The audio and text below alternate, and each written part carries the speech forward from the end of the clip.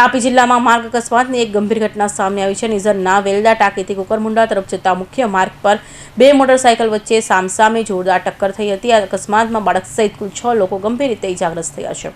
મળતી માહિતી મુજબ અકસ્માત કૌઠા ગામની સીમમાં તાપી નદીના પુલ પાસે સર્જાયો હતો। બે બાઇક સવાર યુવાનો સામસામે પૂરપાટ ઝડપે આવી રહ્યા હતા। તે દરમિયાન કાબુ ગુમાવતા બંને બાઇકો એકબીજા સાથે ધડાકેભેર અથડાઈ હતી।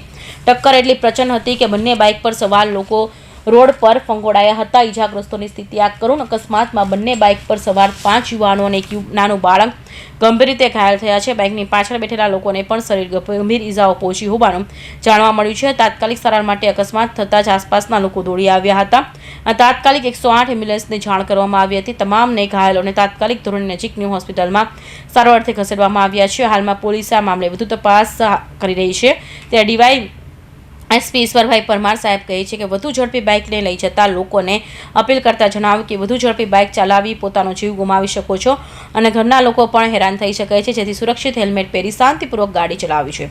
સાદિક પઠાણ સાથે મનીષ ગાંચંદાની હિન્દ ટીવી ન્યૂઝ તાપી।